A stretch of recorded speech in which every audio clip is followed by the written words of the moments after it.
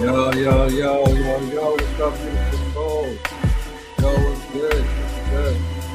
Yo, so, listen, so I wanted to do a prophetic word tonight.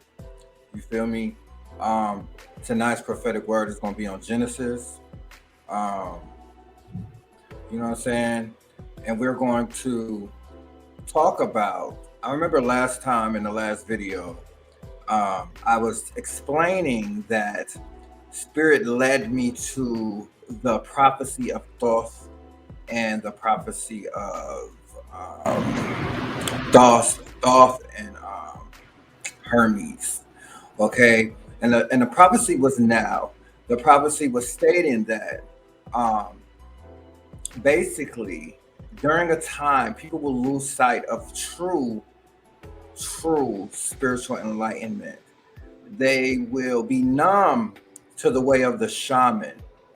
That humanity will not follow the way of the shaman anymore, but they will follow a whole new path that will lead to humanity's destruction, quote unquote, another flood. Because this isn't the back in the day, of course, you're not going to see a major flood, right? But as I've been stating before, there's been attack on DNA, which is causing neurological effects. Everything happens so that a new world can arise. Okay. So as I asked Spirit, I was like, Spirit, I need more. I need more. You know, after reading the prophecy of Thoth and the prophecy of Hermes, it was clear and evident that basically the way of the shaman was the way of giving proper homage to those who created mankind.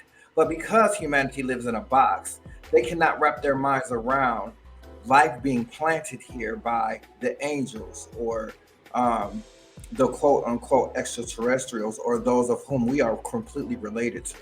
Okay. So that's why you had people that were half God. You see people in Egypt depicted with half like birds' heads and feet. That's Thoth. He was a half hybrid of a of alien and human, right? Okay. So I wanted to give scripture that regular scripture that talked about aliens and this whole prophecy of that humanity has lost their way, so to speak. Okay. All right. So let's dive into this.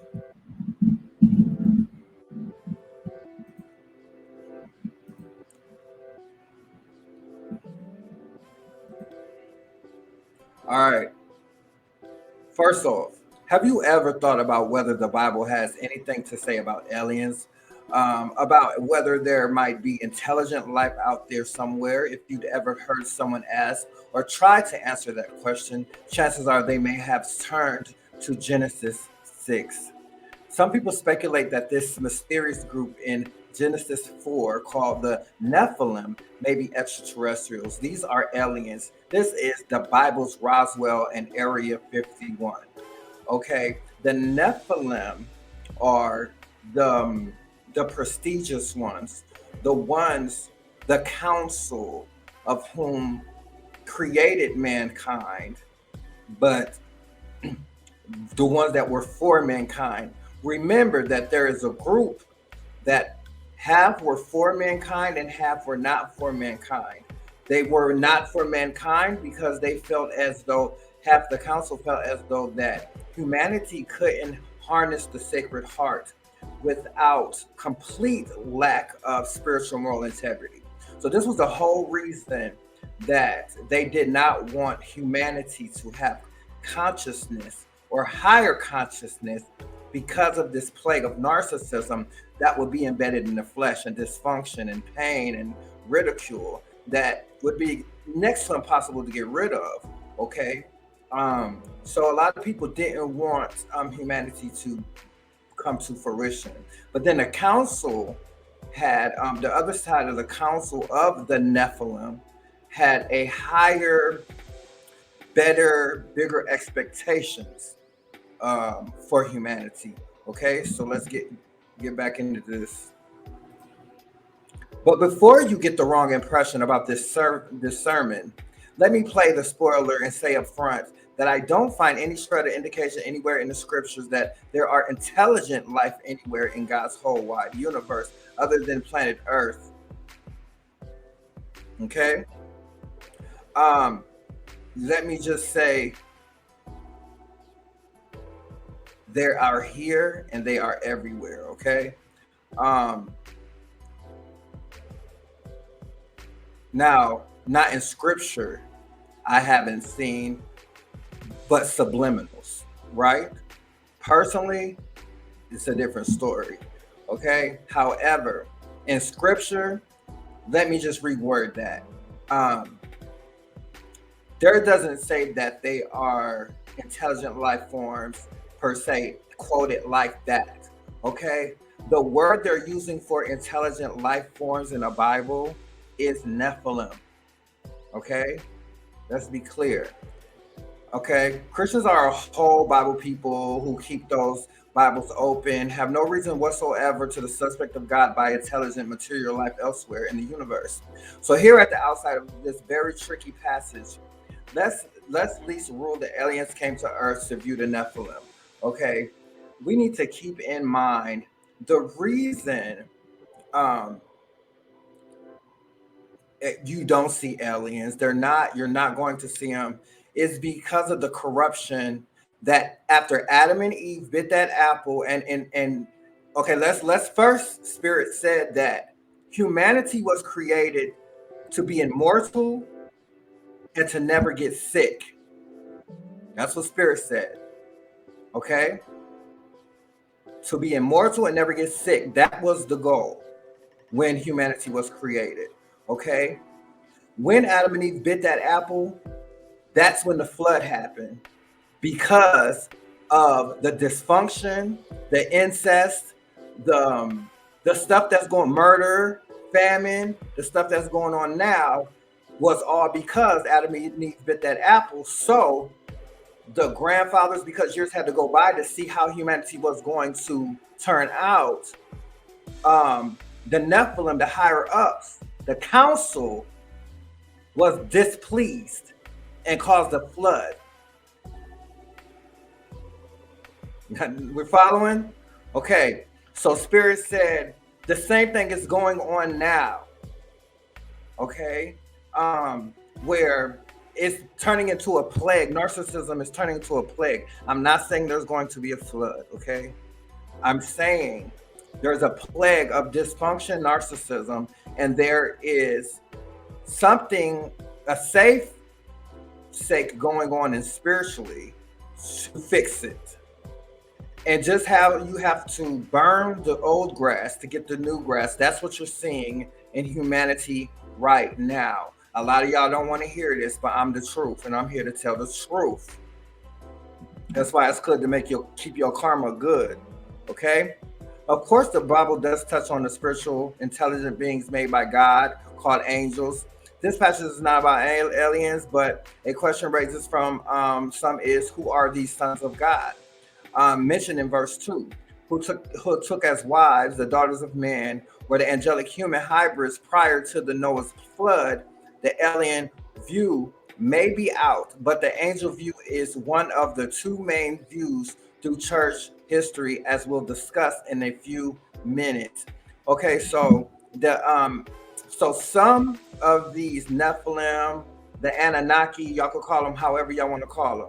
Anunnaki, which they all came from intelligent life forms from a whole totally different planet that's been here millions of years, and they needed something to hold the soul. Okay, so as it's stated in the Bible, they took wives. So the ones that were not for mankind, that felt like we were not worthy to reach a higher consciousness, like shamans do, right? They felt that we weren't ready.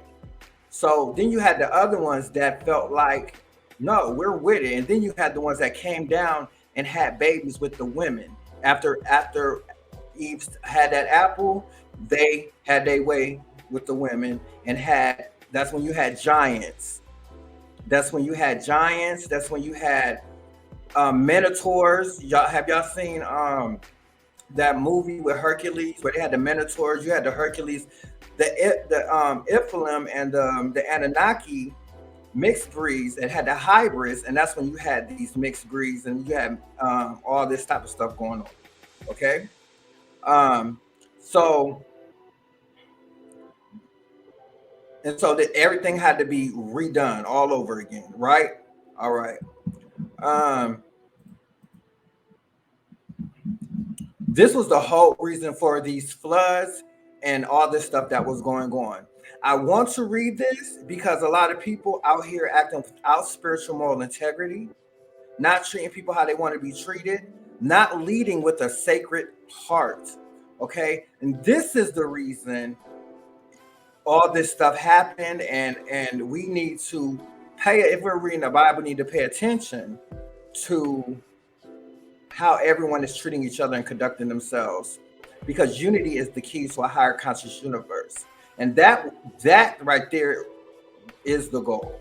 Okay, so the great wickedness of a human heart, verse 5, the Lord saw that the wickedness of a man was great in the earth, and that every intention of the thoughts of his heart was only evil continually, without barriers, without spiritual moral integrity. So very low vibrational was the expectations of humanity. So like the Neanderthals, like just angry, just unable to balance emotion, incest, dysfunction, hurting each other, animals, you know what I'm saying?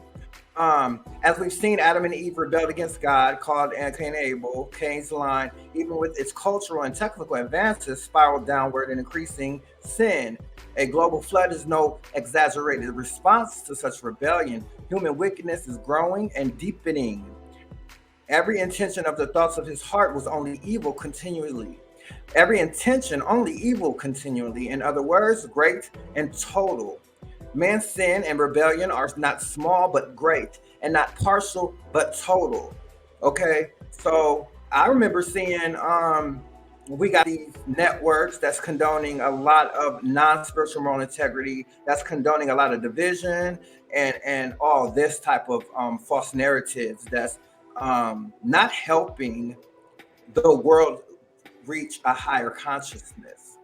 Okay, at the end of the day, this was why there was a flood, the great wickedness of human hearts. Let's take a look at them words right there.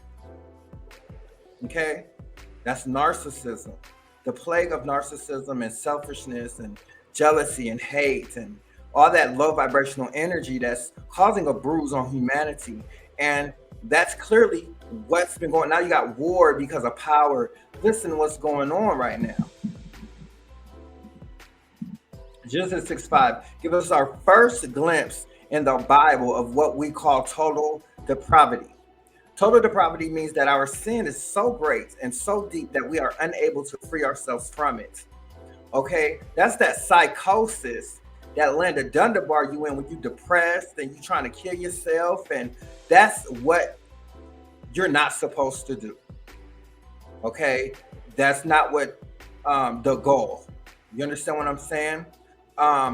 You're put through these tests in order to free yourself, your strength and tenacity, right? We're totally unable to save ourselves. Total depravity doesn't mean that all humans are as bad as they could be, but that they are no part of us unaffected by sin and no way for us to rescue ourselves. We are beyond self-help, which is very offensive to hear today in our society centered on self. Okay, self-explanatory. But you might ask, is this still true about humans today? All these people in Genesis 6, except for Noah, were wiped out by a flood. There's a new start for the human race. Surely the total depravity has left behind, washed away in the flood. Listen, okay? What sets now humanity, rather than it's another year, just a different time versus that time? Have characters changed? Have control, moderation changed? Have is sobriety still an issue? Is abuse still an issue? Is hatred still an issue? Is violence still an issue? Is finding peace and healing childhood trauma still an issue? To where nobody is sticking together for the goodness of love and light and not thinking about Mother Gaia and the true wisdom and knowledge of the utmost high, like God, and who he appointed to watch over us. Turn over the page to Genesis 8:21 and God's promise after the flood. I will never again curse the ground because of man, for the intention of man's heart is evil from his youth. Okay? No, you gotta be, if you're not raised to be a good steward, you won't be. Because idle mind, idle hands. You don't know what to do but lose yourself unless you immediately turn to spirit. No, total depravity is not gone with the flood. It came into the ark with Noah and his family, and we'll see evidence of that when we get to Genesis 9 and then throughout the Bible. Psalms 51:5. Behold, I was brought forth in iniquity, and in sin did my mother conceive me. Okay, you're born into, I don't know if you heard that when your mother have you, your karma. She's yours, your pain going to her. That's why you feel the same ill she feel. If you was addicted to drugs, you're gonna deal with the same demons unless she raised you to defeat those demons. Family curse and family karma, if it's not addressed prior to having children, your children's gonna have to deal with that karma, period. It's like inheritance. You're carrying it on, okay? And I just pray that you follow spirit first for all you beautiful souls, okay, that are dealing with that, because a lot more than it's the majority that is dealing with that, okay? Let's be clear. Okay, Jeremiah 17:9. The heart is deceitful above all things and desperately sick. Who can understand it? Okay, that's why shadow work is important. Understanding yourself. Who am I? Creating a balance. Emotions, the heart. Healing that heart. Okay, that's the goal of this school called Earth. Romans 3:9-11. All are under sin as it is written. None is righteous. No one understands. No one seeks for God. All have turned aside. Together they will become worthless. No one does good, not even one. Okay, this is the intention that was set on humanity. That we've been eagerly, the soul people, the people of spiritual nature that are doing the right thing, the shamans are, this what we do daily to try to prove the council wrong, that we are worthy with the Sacred Heart, with unity, love, and light, as they created us to create amazing vibrations for the entire universe. Okay. Romans 7:8. I know that nothing good dwells in me, that is in my flesh. Okay, your flesh has that pain and that the miles on it, but that soul is what could tame that flesh. So don't get discouraged. If you work on that soul and that spirit, and you be what God intended for you to be, this don't mean nothing. And perhaps the passage that best gets at the heart of what total depravity is Romans 8:7-8. The mind that is set on the flesh is hostile to God, for it does not submit to God's law. Indeed, it cannot. Those who are in the flesh cannot please God. Hold on, let me read that again. The mind that is set on the flesh is hostile to God, for it does not submit to God's law. Indeed, it cannot. Those who are in the flesh cannot please God. In the flesh, low vibrational, y'all that don't forgive people, gaslighting people, just smile in somebody's face and then give a dirty look behind their back, if you're not balanced, if you are jealous, envious person, evil, you know who you are. You know what I'm saying? God don't like ugly, period. So stop trying to go around. You can't be a good person. There's only one standard to a good person. Okay? So the first reason God flooded the world was the great wickedness of human hearts. And we just went through that. And so nobody is listening to, oh, so right now there's an issue. If I want to say myself, right? There's like a big problem going on. A lot going on right now. Okay?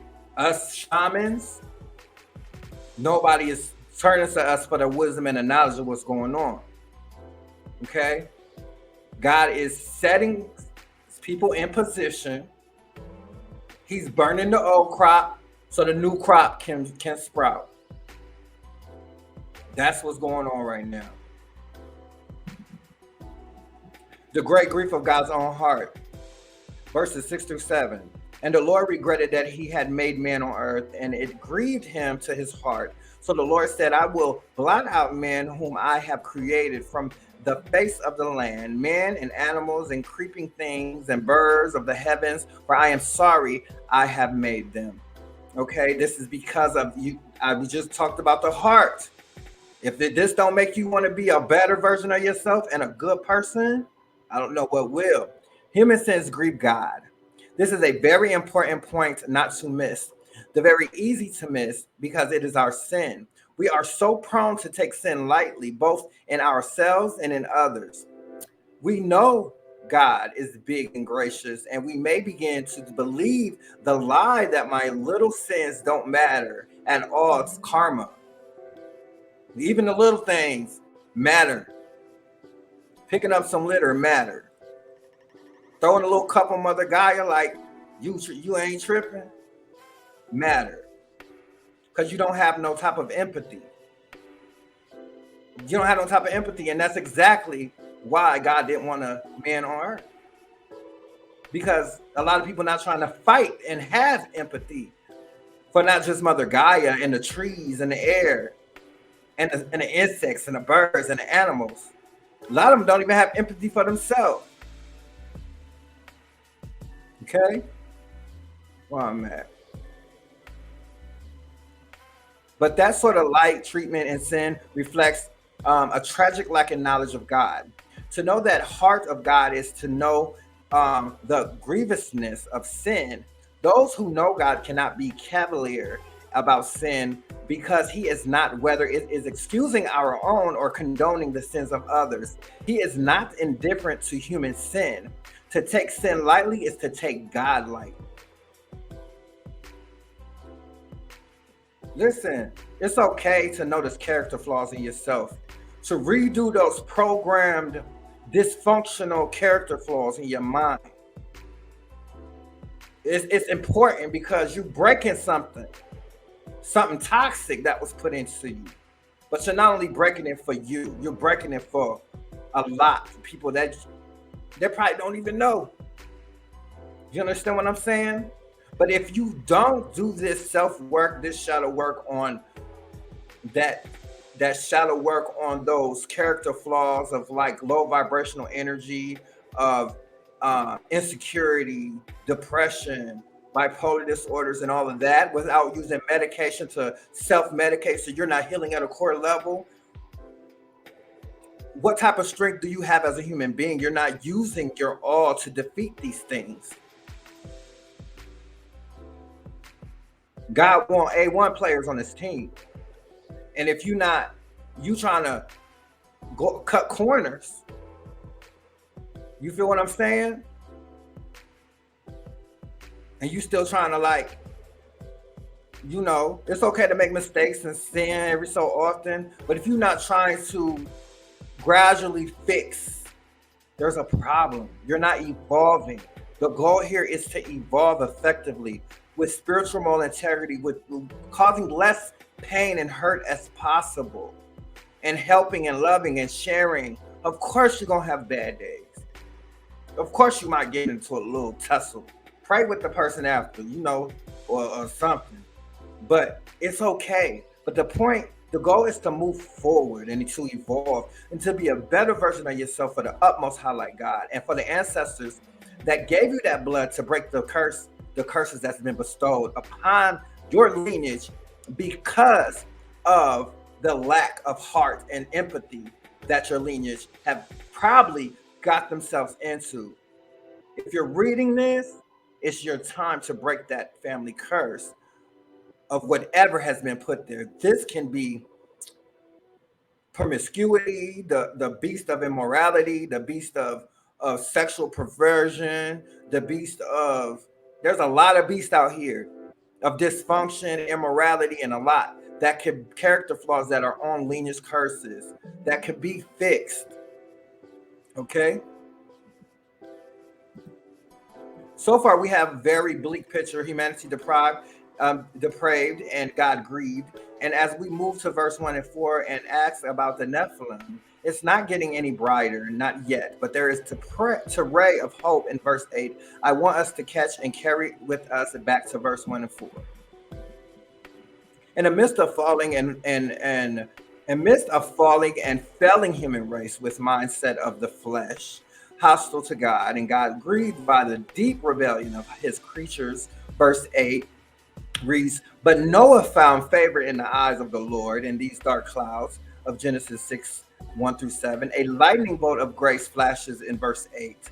Note the favor. That favor comes to Noah before anything is said about his good conduct. Okay. First, verse 8, Noah found favor in his eyes of the Lord.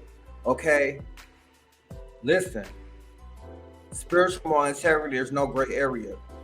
Okay, a good person is a good person. Righteous is righteous. Verse 9, Noah was a righteous man, blameless in his generation. Noah walked with God. Come on. We shouldn't make too much of the ordering here, but we also shouldn't overlook it. Another way to translate favor is his grace. This is the first mention of grace in the Bible, and given what we learn about grace in the rest of the Bible, I doubt it's significant that Genesis leads with God's grace and then mentions Noah's righteous life. But the other way around, grace came first and empowered a life of righteousness, not righteousness came first and earned the reward of favor. So you got to have grace. So once you get that grace, it creates this sense of righteousness. You know what I'm saying? Once you have grace and gratitude for the here and now, that's when you become righteous. You got to be comfortable at the bottom before you got to have been through some mud before you could get this feeling of really feeling righteous, because you know what to do and what not to do. You feel what I'm saying? So you got to have this gift of grace. You found this gift of grace from the Lord, and then that's when the righteousness took over, and then he rewarded with favor. Okay, God's favor, then holy behavior. From Noah's birth into the arks. Now at last we come to the verse 1 and 4 to find out that what is going on between the first mention of Noah at the end of chapter 5 and the return of Noah in 6:8. We need to begin by seeing that this is all one section. A break between chapter 5 and 6 in our English Bibles may throw us off. In Genesis 6:7 is not the beginning of a new section, but continues the flow of chapter 5. Noah was just introduced at the end of chapter 5, and Noah will be reintroduced in 6, 8, 9. Excuse me, I wrote this earlier. What verses 1-7 do is answer the question, what happened between the high hopes of Noah's birth, 5:28-9 and through 29, and the rising flood waters? How did the godly line catalog in chapter 5 lead to the destruction of the world through the global flood? That how verses 1-4 answer our question about why God flooded the world. The great compromise of God's people. There is a great compromise here. And highlighting it is one way of getting at the reasons for the great flood. To explain what the great compromise is, let's finish by answering three questions. Who are the sons of God in verse 2? Who are the Nephilim in verse 4? And what does it mean to us today? First, who are the sons of God? The sons of God may land on us as a surprising phrase, especially if we are just opening up our Bibles and beginning to chapter 6 and haven't caught the flow of chapters 4 and 5. What Genesis has been doing in chapters 4 and 5, going back to the curse of the serpent in Genesis 3 and 3:15, is setting up a tale of two cities, the city of man and the city of God. Okay, this is flesh and spirit. In this sense, the great story of all history, the story two offsprings.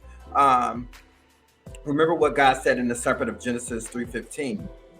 Okay, the God and man. This is when he said talking about the God of man. This is when the inbreed, the hybrids of God and man happened back then, and around the Egyptian time, and then how that all happened, and then also after that, that's when during the time of Noah they came down and had sex with the women, and the Anunnaki was before Egypt, but then aliens came down during the time of Noah and had babies, and these were the giants. Okay, so let's keep that straight.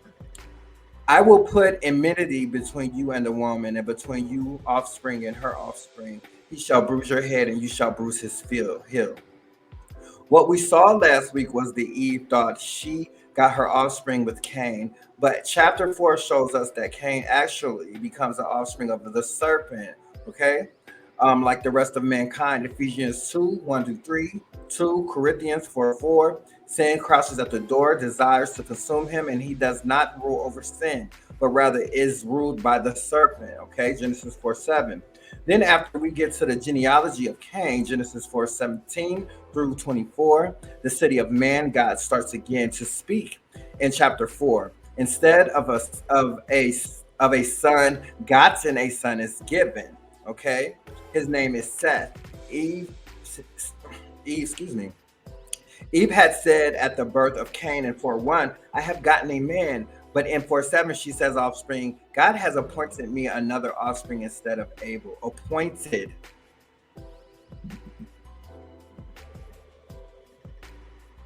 Cain's line in chapter 4:7-24 is the line of the man, the first house of Adam, which becomes the offspring of the serpent. The Seth's line, chapter 5, is Adam's second house. We saw last week how an alternative history begins to unfold in chapter 5. This is the godly line, the sons of God, the line of promise.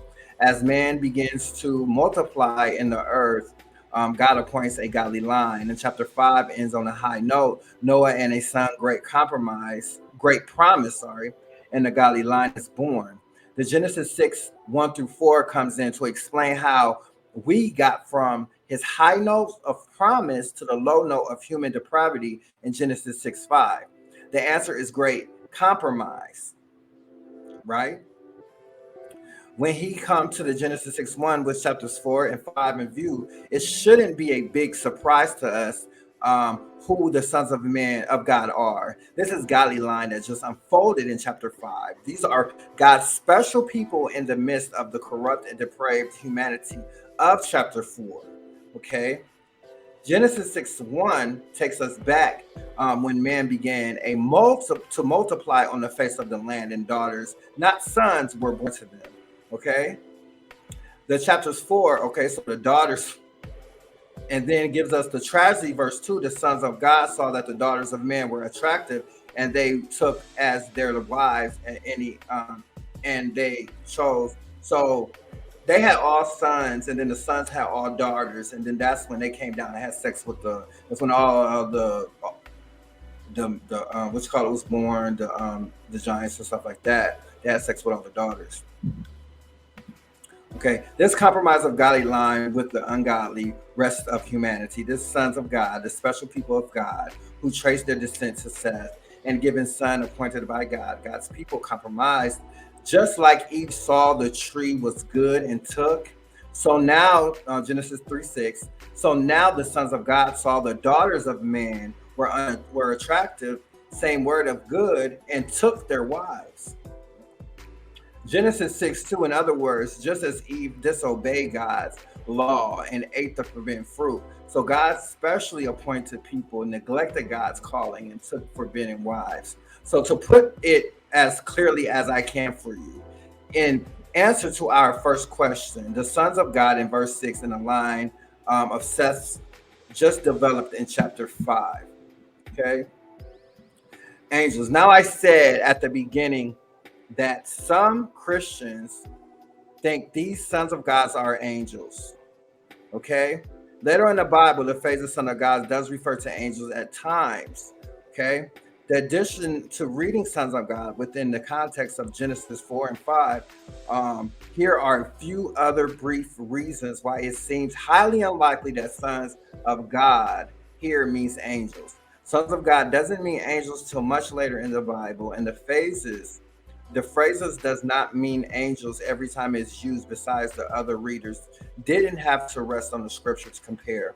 Okay, the intermarriage of sons gods with daughters of men is part of what is given as a reason for the flood, which punished humans, not angels. If doesn't make sense for God to punish man for angel sins, right?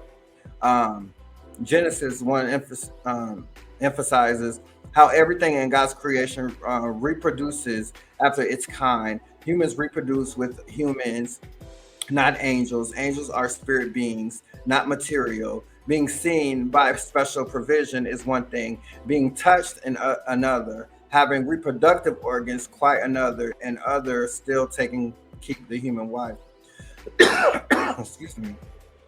Took their wives in typical phrase for marriage, not rape or assault, but actually taking and keeping as a wife. So that's when you've seen a lot of in these throw off movies of Zeus and they coming down and Zeus having kids and having Hercules and that stuff is there's a true basis to that, right?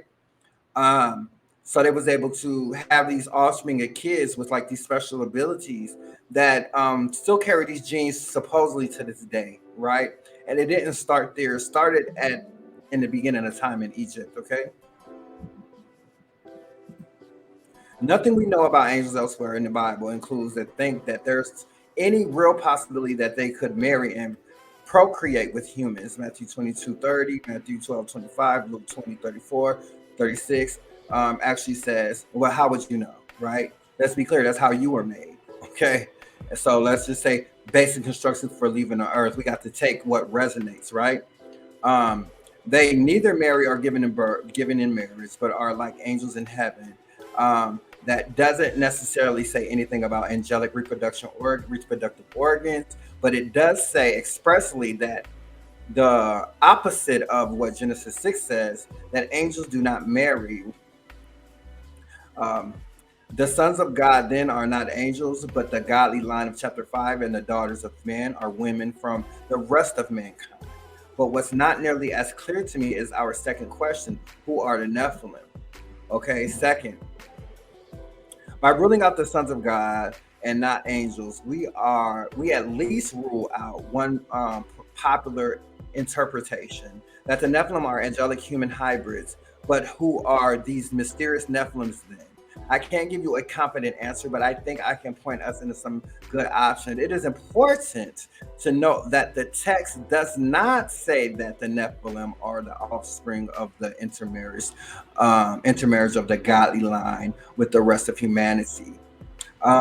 Verse 4 comes in not to explain who the sons of God are or what the offspring of the sons of God and daughters are of men are, but almost as an aside.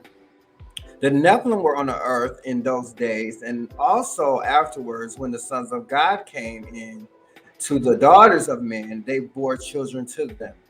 It does not say that the Nephilim were on the earth because sons of gods came in the daughters of men came in into the daughters of men by when the question to ask then is why mention the Nephilim. What purpose does verse 4 serve? Does it contribute somehow to the wickedness that brought about the flood? Okay, so as I dived into this energy of the Nephilim, The Nephilim is a high council of higher beings. Okay, no lie. Appointed by God. That's watching everything. Okay, let's be clear. Some of y'all don't want to hear this. Genesis 6:4 does have something to say about us, about the Nephilim means in the past. Last part of the verse. These were mighty men who were of old. The man of renown.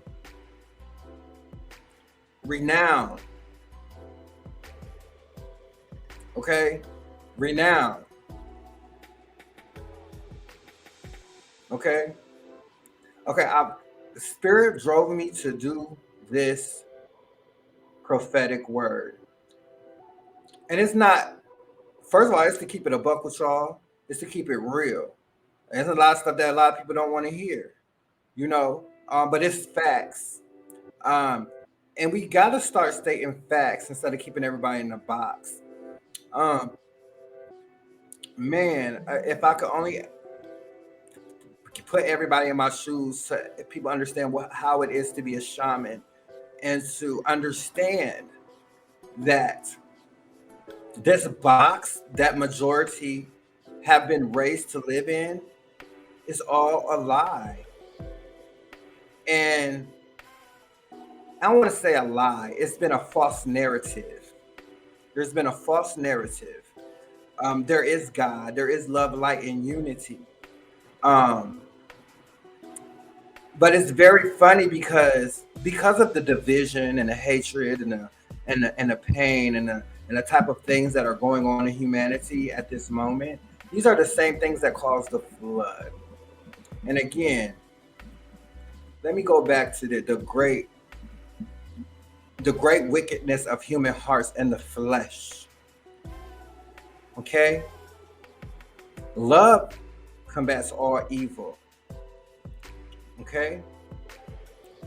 This attack on DNA and all this other type of stuff, it's because it's attacking the weak people that are kind of like spiritually in limbo, and some people are just time to pass, but some are just passing because it's a lot of dead weight. Don't shoot the messenger. Okay? Some are just their time to go because it's written in the records and in the acoustic records, it's their time. But others, a lot of this stuff is happening because there needs to be a new standard set. We need to remember unity, love, and light. The only reason you guys haven't seen no aliens and nothing like that is because humanity is so a narcissistic based type of sociology that's going on in humanity. So they are scared to even announce themselves because of the fear, because of the reputation, the false narrative. It's good and bad, everything.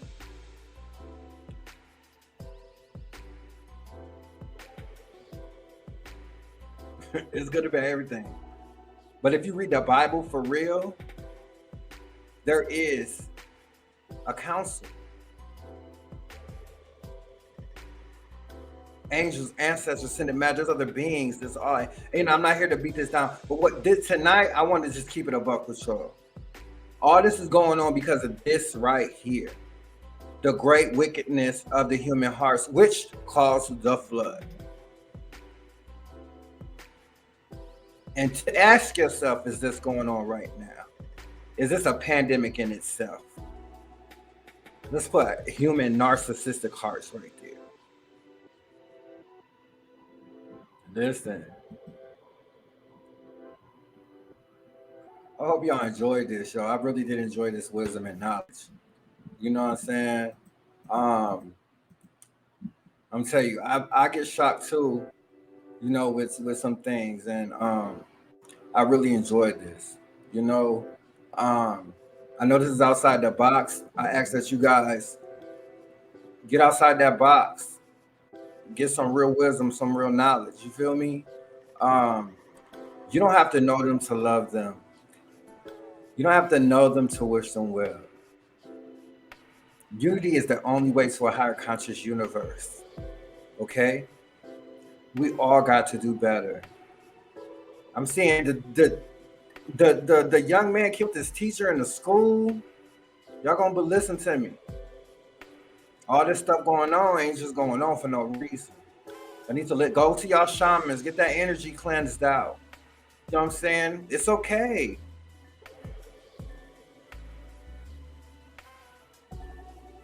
But I'm here. Listen, my name is Josh Sterling. I'm a shaman.